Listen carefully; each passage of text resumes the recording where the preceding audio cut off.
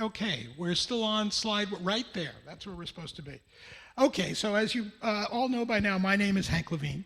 I am delighted to join you today for this auspicious celebration, and it's a particular pleasure to return the introduction to my thanks to Ron Grimm, who, despite his somber name, is not just your clerk of session, but also one of our most valued and enthusiastic members, and a key player in our effort to save the Bethesda Meeting House, about which you are going to hear later. Finally, by way of introduction, the views expressed today are my own, not those of the Bethesda Historical Society, though I'm not sure that there are any other views on this subject at the Bethesda Historical Society, but here we go. Okay, slide 2. If you don't recognize this, this is the famous statue of John Harvard in Harvard Yard. The caption on the base, and you can see it on the slide, reads, John Harvard, founder, 1638. And it's all true, except it isn't a statue of John Harvard. Daniel Chester French, who later sculpted the Lincoln Monument, used a Harvard student as a model because no one knows what John Harvard looked like. John Harvard didn't found the university that bears his name. He died a couple of years after it was founded, and he left it some money and his library, and they were so grateful they renamed it in his honor. Oh, and by the way, the university was not founded in 1638. It was founded by the Puritans in Massachusetts Bay, the Massachusetts Bay Colony, in 1636. And I want you to, I love this story. The statue is nicknamed the Statue of Three Lies, but what's important about it is not that. What's important about it is that it continues to be a revered symbol of the university and its place in the society into which it was born and which it serves to this day. Keep that in mind as we discuss the history of this esteemed congregation. Slide 3. Almost everything we know, and most of the facts I'm going to give you about the early history of Bethesda Presbyterian, comes from The Spirit of Captain John, which was published a little over 50 years ago by Eugene and Edith Clark, who were longtime members of this congregation. It's a fascinating book, and if you're interested in Bethesda or Bethesda Presbyterian history, try to find a copy, but good luck, because they're very hard. They are very hard to find. I think we're working on trying to figure out a way to republish it, and right now our vice president, Dave Shard, has found a grandson of the Clarks who might be willing to give us rights so we can do a limited republication and people could get it. Okay, slide 4. Our story, and it is a long story, our story starts with William Offutt, not Bill Offutt. Bill Offutt's the famous historian of Bethesda. He's the grandson of Bill Offutt, of William. But William Offutt emigrated from England to Maryland at the end of the 17th century, and he promptly set out to acquire large tracts of land. The family, by the way, the Offutts, were Norman knights. I mean, you want history? I'm giving you history. 1066. They came over with William the Conqueror in 1066 and got grants in England. But William came over in the 1690s to Maryland. And he was interested in accumulating land, so he did so. He is the patriarch of the Offutt family in America, a very distinguished clan that includes his namesake, Bill Offutt. But for our purposes, there are two things you need to know about the original Offutt. First, although he ultimately acquired thousands of acres in and around what is now Washington, D.C., his largest acquisitions, totaling 10,000 acres, that's like 15 square miles, were at the junction of River and Falls roads, which, by the way, were called that then and they're called that now. And one of his sons settled there in the very early 18th century. The farming community that grew up around his holdings, beginning in the second decade of the 18th century, became known as Offutt's Crossroads, a moniker it kept until the name was changed to the much less distinguished Potomac in 1881. Next one. Okay. The second thing, remember I said there were two things. I promise whenever I say first, there will be a second. The second thing you need to know about the Offutts is that they were Presbyterians. See, we're getting warmer. Like William of Orange, that's William of Orange, who ascended to the throne of England after the Glorious Revolution in 1688. I am not an expert, Chuck, I promise, Reverend Chuck. I am not an expert in theology or of the church, but basically the Calvinists formed a series of churches called the Reformed churches, and the version of the Calvinists that end up coming over to the UK and end up primarily forming in Scotland for reasons I don't really know, is what we call the Presbyterian Church. And that's kind of where it comes from. So it all comes back to William of Orange. He ascended to the throne of England after the Glorious Revolution in 1688. Maryland, as many of you probably know, was originally founded by Roman Catholics. But here's something you may not know. In 1689, after a brief armed conflict, it was taken over by Protestants, who, by the way, promptly enacted statutes disenfranchising the Catholics. The conflict was spurred by events in England, right? The Glorious Revolution was the year before, when King James II, who was sort of crypto-Catholic, was thrown out in favor of the Protestants. There was also the declining price of tobacco. Then, as now, people did not like bad economic news. And there was a resentment of Catholic colonial leadership because the colonies' settlements were actually growing majority Protestant. Offutt was a member of the victorious Protestant faction, which helps explain how he got those royal grants. It also explains why William's son Edward deeded land to found and fund a Presbyterian church in Maryland. I promise I'll get there. I just sort of wander around before I get there. With that introduction, let's dive into the history of the church, and particularly when it was founded. The Clarks tell us that one source reports that the Presbyterian Church had its historical beginning in Montgomery County when the Captain John Church was organized in 1649. Unfortunately, the first Presbyterian settlement in Maryland was in 1650. The first Presbyterian congregations in the country were established on the Eastern Shore in 1683. And in the mid-1600s, what is now Montgomery County was beyond the frontier. This was wilderness. So no. The next candidate, next slide, is 1716, which is identified as the year that Reverend Hugh Kahn founded the Captain John Church on a stone marker erected by the DAR in 1916 near Potomac Methodist Church on Falls Road, and a more recent bronze marker near the church. That's the bronze marker near the church. But unfortunately, painstaking subsequent investigations have uncovered nothing to support the claim that the first church was formed or built in the area that early. Reverend Kahn arrived in Maryland in 1714, but he didn't move to Bladensburg, which was then the frontier, until 1719, and the minutes of the Presbytery and Synod at the time make no reference to any activity at Captain John or Cabin John or any of the other names by which that region was then known, which themselves are hard to parse, but we're not going there today. That brings us to 1723, which, as you can tell from today's celebration, has been adopted by the church itself as the date of its founding. And here, I am pleased to tell you, the trail gets a little bit warmer. But alas, only a little. In the fall of 1723, the Synod of Philadelphia reported that 3 of its clergy, including Hugh Kahn and John Orme, had fulfilled a pledge a year earlier to preach 4 Sabbaths to Protestant dissenting families in Virginia. Now remember, Virginia was Anglican at the time. You had state religion in the states, in the colonies. And Virginia was Anglican. And the dissenters in Virginia in 1723 would have been Presbyterians. And Orme repeated the mission a year later. An 1880s letter from a guy with a wonderful name of Otho Z. Moncaster. The names in this church history are fabulous. He was born in the early 19th century, and he claimed that the Cabin John Mission Church was organized in 1723 by Reverend Orme.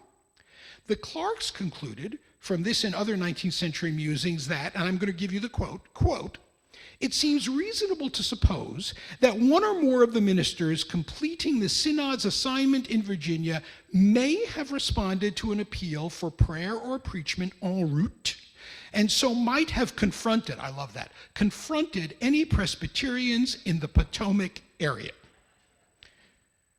I'm going to be straight with you. It's not much.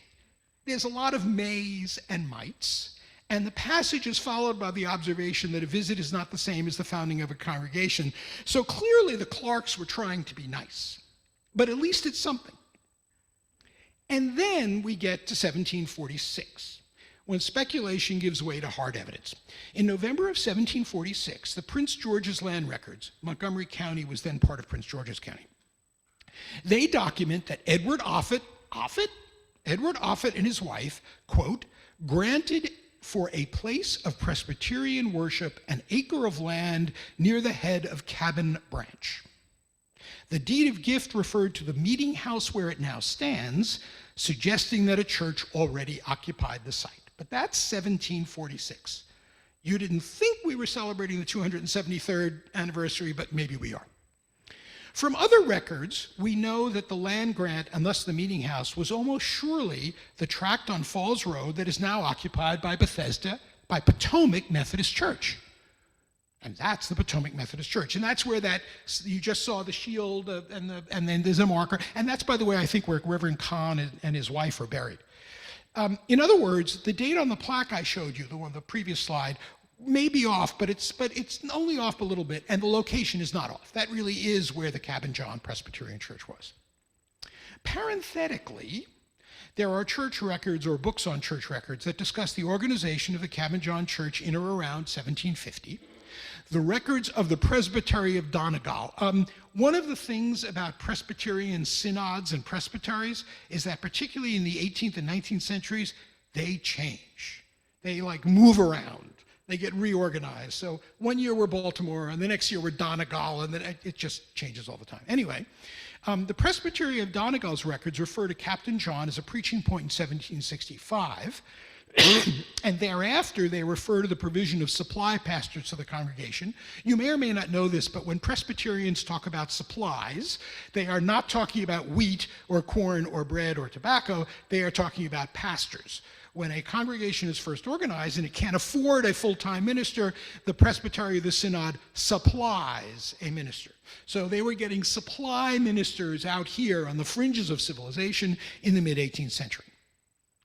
In 1769, Reverend James Hunt accepted what amounted to a joint appointment from the United Congregations of Bladensburg and Cabin John, and the congregation had its first permanent minister. Slide 8. This is a 1794 map of Maryland. If you're a map geek, Ron Grimm and I have fun with this. If you're a map geek, this is one of the most cool Maryland maps in history. It's one of the first ones that shows D.C. See Washington, D.C.? And you can see Georgetown on it. But I didn't circle them. If you look on the left side, you will see Montgomery Courthouse. It's the thing above the blue circle. Montgomery Courthouse is what we now call Rockville. It was renamed about 1803. And just southwest of it, where I have the little blue circle, you'll see PM House, which stands for Presbyterian Meeting House, near where Falls Road intersects River Road. That's the location of the Cabin John congregation, and it's a major landmark in 1794. I also circled Bladensburg because they were sort of a joint congregation at the end of the 18th century, and now you can see where Bladensburg is in relation to them. Okay, so joking aside, and I'll never put joking aside, what are we to make of all this? When exactly was the congregation founded? The truth is, remember, John Harvard, founder, 1638? The truth is we don't know, and we probably never will. But based on my familiarity with the history of other congregations and Bethesda, I have a pretty good idea of what was going on in Cabin John. And here it is. This is America. We like bright lines, we like firm dates. But the history of religious congregations doesn't always proceed that way, especially in the exurbs, in the frontier. A group of like-minded believers starts out more like a club. They meet at homes. They are led by lay persons. Over time, the group solidifies. It becomes more organized and formal. Maybe it elects leaders. It adopts a constitution or bylaws. At some point, and not in any particular order, it acquires the three things that we think of when we think of a congregation: a stable and significant membership, a dedicated building, and regular access to professional clergy. And voila, you have a church, even if you can't pinpoint the date on which it was founded. And my guess, but it's a very educated guess, is that something like that is what happened in Potomac between the early 1720s and the mid 1740s. So if you like 1723, so do I. Of course, we're not done yet, because Captain John isn't, Bethesda. Assuming we're talking about the same congregation, and we are, how did it get here? Chapter 2. Slide 9. Stay on that one for a while. Soon after 1800, the population served by the Captain Cabin John Meeting House began to move east to the Georgetown-Frederick, because what was going on was the Georgetown-Frederick Road. I know, we call it Wisconsin Avenue or Rockville Pike, but it was the Georgetown-Frederick Road. It's not that it was called the Great Road. It became the main route north and west of Georgetown. It eclipsed River Road. River Road didn't die, obviously, but it faded as the main route. And in fact, the Georgetown-Frederick Road becomes a turnpike starting in 1818. In 1820, the Presbytery of Baltimore, because by now we've been switched from Donegal to Baltimore, directed that a church be organized for Presbyterians in the eastern reaches of the Cabin John congregation. The elders purchased a parcel of land along the new Rockville Pike, just north of what is now NIH, and converted or built a building, which they named the Bethesda Meeting House, after the Pool of Bethesda near the Sheep Gate in Jerusalem. See John 5:2-9. Not going to tell you the story. The Reverend did a much better job than I could. The original building was destroyed by fire in 1849. A new church was constructed on its foundation using stones from the original church. The original 1820 cornerstone can still be seen. That's it. And if you look closely enough, and I have looked very closely, you can see 1820. That's the cornerstone of the original Bethesda Meeting House on Rockville Pike, erected in 1820. Next slide. So from 1820 until 1926, the Bethesda Presbyterian Church occupied the meeting house on Rockville Pike from a hilltop on which it observed, and in many cases made, the history of the town a mile to its south. Next slide. In this excerpt from a well-known map of Maryland at the end of the Civil War, you can see Bethesda, except you're not seeing Bethesda. What you're seeing is Darcy's Store, which is what Bethesda was called until 1871. And Potomac, remember we've already done that one, except it's not called Potomac, it's called Offutt's Crossroads. This is 1865. You can also see both the old site of the Cabin John congregation, which is now identified as the Bethesda Methodist School. You have to really, sort of squint and look closely, but it's right, you see Offutt, right above the Offutt where the blue line goes through is Bethesda Methodist School, is basically what it says. And you can also see the new Presbyterian Church on Rockville Pike, which is, I've circled it. Presbyterian Church is what that says, and that's 1820. So this is 1865, and again, notice that the churches are important landmarks. They're not identifying a whole lot of things, but the churches, they get identified. Here are some of the things that make that building the most important historic structure in Bethesda. Next. Okay, first, the community takes its name from the meeting house. The story, the full story is that, and I wasn't going to do this, but I will because it's too much fun not to. And besides, I'm a fanatic about this stuff. So the first Bethesda post office is 1852. And nobody knows where it was, but I know where it was. It was in the Bethesda Meeting House. And the reason I know that is because the first postmaster in 1852 is the pastor. And the reason why, remember supply? Churches, ever heard of the phrase, poor as church mice?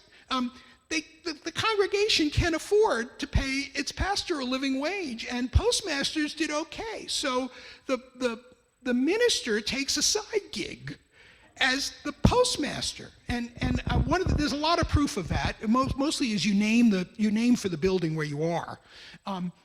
But my other most recent element of proof is I was just checking out on the history of that pastor, and I discovered he left in July of 1852, a few months later, and guess what? That's when the post office closed. So it closes.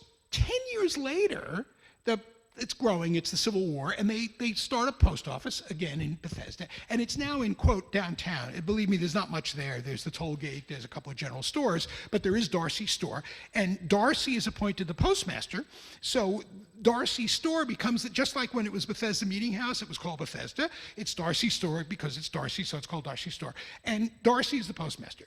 And some people love that, and some people don't like that. One of the people who doesn't like that is, again, remember the names, how great the names are, is Reverend Crumston. Reverend Crumston, I mean, doesn't this guy sound like a hero of a Dickens novel, right? Reverend Crumston is the parson, is the reverend at the Bethesda church. And Reverend Chuck and I have a disagreement about this. I think he just wants the Bethesda name. Chuck says that, yeah, and also he didn't like the fact that they sold liquor at Darcy's store. But either way, you know, postmasters in those days were political. They turn over. So in 1871, Darcy's out.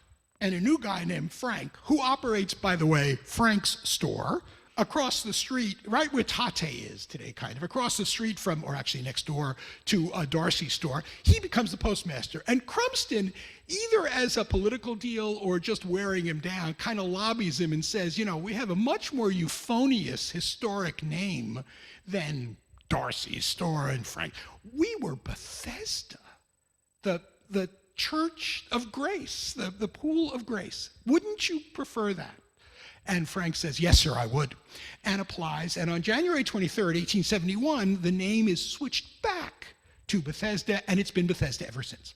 So that is the full, too long but too much fun story of how the church actually names Bethesda. And we can all thank Reverend Crumston. So the community takes its name from the Meeting House. The Meeting House is among the oldest surviving church buildings in Lower Montgomery County. It is the oldest church in the county built as a Presbyterian church. It was likely the first post office for 6 months in 1852. It is one of the few Greek Revival temple structures in Montgomery County. Next slide. The parsonage, that's the parsonage, which still stands, was built around 1850, and it was renovated a generation later. It's an archetypal Queen Anne and cottage Gothic style building with many unusual details. Still stands. The Meeting House has links to the pre-Civil War Bethesda African American community. It includes a rare slave gallery. Orthodox Jews make the women sit upstairs. Apparently Presbyterians in the 1850s made the slaves sit upstairs. And recent research by Ron has identified church members who were enslavers and some enslaved persons who may have worshiped in the gallery, and in fact, some early church members in the early 19th century who may have been themselves enslaved. So it's a complicated history, but an important one. And finally, tradition has it that Abraham Lincoln attended services there, and that its bell, which is missing at the moment, was once owned by Paul Revere. And finally, during the Battle of Bethesda in July of 1864, which was a prelude to the Battle of Fort Stevens, it was occupied by Confederate cavalry. This church has been everything. But as with Cabin John a century before, by World War I, most of the congregation no longer lived near the Meeting House. The center of population had moved closer to what is now downtown Bethesda. So once again, the congregation reacted by moving, this time to the building we are meeting in today, slide 14. Ta-da! That's where we are today. Since 1926, Wilson Lane has been the home of Bethesda Presbyterian Church. For the first 40 years or so, membership boomed. The building was enlarged twice and took on its present form. As in America writ large, the 60s and 70s brought change to Bethesda Presbyterian. Its minister, Dr. Carl Pritchett, was active in the civil rights movement, participating in the March on Washington and the demonstrations in Selma, Alabama. Persons of color became congregational members for the first time since the early 19th century. These events and Dr. Pritchett's early and fierce opposition to the Vietnam War led to the departure of many members, a decline that was aggravated by the increased division of American Presbyterianism in the 1970s into liberal and fundamentalist branches. During its first 3 centuries, the Bethesda Presbyterian congregation witnessed the American Revolution, slavery, fire, the Civil War, segregation, suburbanization, and schism. As it enters its 4th century, the church has reoriented to focus on urban concerns, even as Bethesda itself becomes more urban. For 40 years, it has been the home to the Bethesda Montessori School. For 11 years, it has housed the Del Rey Club, which was described to you by Reverend Chuck. And now Here to Help, a neighborhood food ministry started in response to the COVID-19 pandemic. The story of the church wouldn't be complete without a discussion of the fate of the Bethesda Meeting House. That's that building up on Rockville Pike. So let's spend 2 minutes on that. After passing through several hands, it was purchased in 1952 by the Temple Hill Baptist Church, THBC, a fundamentalist Baptist congregation. THBC's pastor, William Adams, nominated the Meeting House for listing on the National Registry of Historic Places, where it now is. It's on the National Registry. It's also a designated historic site by Montgomery County. He also served, and if I'm telling you something you don't know, I will await the gasp. He also served on the Montgomery County Human Relations Commission in the mid-1960s, where he opposed the county's fair housing law and desegregation, comparing potential black residents to, I am quoting, the hordes of Genghis Khan. Reverend Adams died in 1987, but THBC continued to use the Meeting House until the 2010s. The congregation gradually shrank and closed when its last minister died in 2022. THBC was proud of the historic status of the Meeting House, but it didn't have the resources to maintain the buildings, and they have deteriorated very badly. We're just going to quickly thumb through. That's what the Meeting House looks like now. Another one. What I'm just doing is showing you the deterioration. Last one. And that's the sign. You saw the sign before. The sign is now fallen down. The place has fallen on hard times. The Bethesda Historical Society, that's us, is now close to an agreement to buy the site. And we hope to restore and preserve the buildings, perhaps in partnership with a local educational or arts organization. We also hope to assist in the restoration of the Bethesda Presbyterian Church Cemetery, which occupies the northern third of the property. It's 3 acres, and then there's a 4th acre to the north, and that's actually owned by the church. It's not open and used right now, but it has graves that date back to 1820, 1821. The church is old and freighted with history, which begs the question of why we are here today celebrating it. And to me, the answer is that shared history is an important part of what defines a community. We can only understand and celebrate what we are when we understand and appreciate how we came to be, how we got here. And we look to the past to prepare for the future because, as James Burke wisely observed and Reverend Chuck passed on to me, there is nowhere else to look. In the end, it doesn't matter that we can't pinpoint the founding date of the congregation any more than it matters that John Harvard founded Harvard in 1638. What matters is that the history of Bethesda Presbyterian Church and its Meeting House is literally the history of Bethesda. Its rise, its growth, its weaknesses, and its redemption. No other building or institution in this town comes close. How did we begin? Look here. How do we cope with slavery and its legacy? Look here. How did we evolve from a farm hamlet to a suburb to an urban center with all of the strengths and challenges that brings? Look here. Happy anniversary.